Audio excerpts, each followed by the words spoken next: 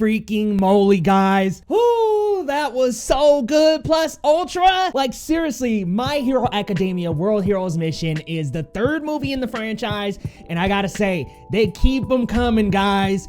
I won't say it's quite Heroes Rising, but it is better than Two Heroes, and it is such a joy. But what's going on, everybody? My name's Leo Rydell, and this is Geekly Goods. If this is your first time here, be sure to hit that big red subscribe button down below for videos on the latest movies, TV, a little sprinkle of anime in there as well, you guys. Here today, I'm here to review My Hero Academia World Heroes Mission. Y'all, I can't wait for it. I'm gonna do it a little less traditional than most of my reviews and just dive right in, guys. So this plot actually follows an organization who is very anti-quirk, and this organization wants to take out quirks from the world.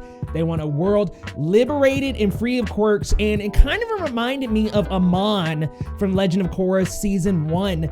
And that's one of my favorite, like, villainous philosophies, is like ridding the world of the powered. I think it's just such an interesting way to look at things, that where through our lens, we see the heroes as like good, as crime fighting and protecting the innocent, but through their eyes, they're poisonous, and their quirks are going to become so out of control one day that they will become more harmful than good. I love these theories, guys. And so let me start out with what really works for this movie for me, and that's Deku. I mean, come on. Our man Deku is so incredible and just so heartfelt and just wants to help and protect people. And that is actually symbolized through a new character, Rody Soul, who was one of my favorites as well. He forms a new friendship with Rody, and Rody Soul is he's this character who's kind of got this like laid back, but at the same time, like not so laid back lifestyle. He's very chill, very cool and calm when we first meet him. But we kind of figure out that this character is very layered underneath, and he's being a little bit of a vandal just to help his family. And it's a little bit of a Robin Hood-like character to begin, but like I said, real chill, great character. I love the way he develops throughout the movie and how he begins to believe in himself more, because Deku carries that spirit of belief and really going for your goal through and through to everybody he meets. And it's such a beautiful new friendship, and cool to see that blossom throughout the movie in this character. And he's got this cute little bird companion, and I won't spoil too much, but they're connected somehow, so definitely be on the lookout for that. But guys, this movie does not lack in heart and soul. It has so many heartfelt moments, where there's even some moments where there's like a little bit of driving through countryside and we see some animated flowers, and it's actually really peaceful and calming. But at the same time, there are these great fight sequences that we get out of My Hero Academia per usual, and you already know we have a great moment. I'm not gonna say the quote, yes I am. We have ourselves a plus ultra moment in the movie, and it was absolutely incredible. The one thing I will say, one of the irks I had with this movie, was that there wasn't enough inclusion with Class 1A. I think that 1A had so much screen time in Heroes Rising, like they're working together, coordinating missions together. Here, they're scattered throughout the world, and All Might is actually communicating with them over mic, so we don't get as much screen time from other characters like Kirishima and Ida, of course, and Uraraka, even though we do get some screen time with them, and Froppy, and all the other characters that are regulars in Class 1A, Mineta, like all of them. We see them, they get their moments, but we don't get to like see them coordinating together only as Class 1A like in Heroes Rising. Here they're with pro heroes, and it takes place a little bit, I want to say, after the Class A versus 1B arc, maybe even a little after the Endeavor arc. So after, or maybe even like sometime during the Endeavor agency arc. It's during that time frame of the anime series. So we're in a place where heroes are working together with their pro hero counterparts and their pro hero mentors, and who they're going to their agencies. They're working with those people.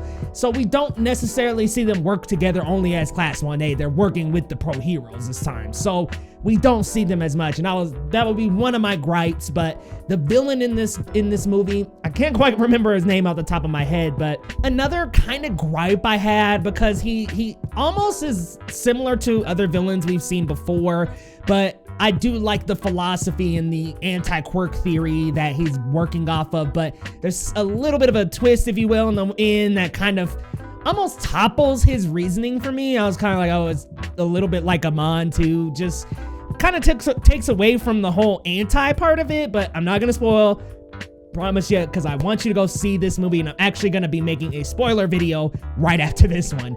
But I gotta say, guys, great action. Deku's amazing. Even Bakugo and Shoto are great. They show up with their awesome quirks at just the right moments, just like all heroes do, and they do such an incredible job as a 3-team dynamic together.